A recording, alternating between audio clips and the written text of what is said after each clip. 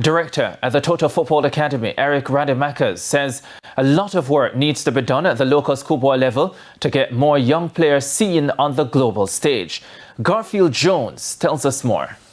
Rademakers was on hand at the Norman Manley International Airport on Thursday as part of a contingent to welcome home the national under-17 team who recently qualified for the World Cup in Qatar.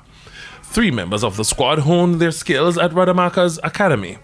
Now, according to the Netherlands-born coach, there needs to be a mentality switch among local stakeholders. So I think there are some persons that try to raise that standard, but I think a lot of it is still evolved around winning. I want to win today, I want to win Manny Cup, I want to win Pepsi, I win Colts, and all of us have one goal, which is get the players to play Champions League, play in Europe, and get the national team to the World Cup.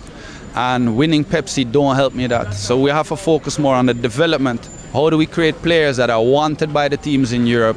And that's where the focus lies. According to Rademakers, the focus should be on developing talent for the overseas market. Have to play under pressure, because we have to play under pressure in Europe. You might lose some games here, because we're going to still do the pass on the ground, because that's what we need to do in Europe. And we might lose. I don't care about that. But too many people in Jamaica is about we need to win today, we need to win Pepsi, we need to win this, we need to win. No, the win is when a player goes on. Even this one, I would consider this a win. We qualify for a World Cup. And how you shape them there is not necessarily by winning every day. It's about developing. And if you develop something, you have to make room to make mistakes. And then you correct them and you improve them. And in Jamaican youth football, we're very little on allowing mistakes to happen. Jaden Morgan, Romeo Henry and Jamon Lyle are the 3 national under-17 players enrolled at Total Football Academy. Waterhouse FC player Dwayne Berger described the experience of getting to the World Cup for the first time in 15 years.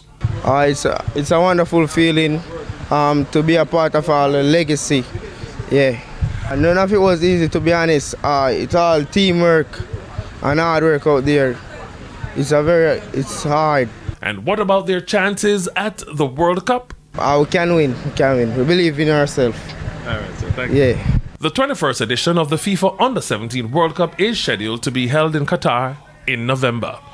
Garfield Jones reporting for TVJ Sports.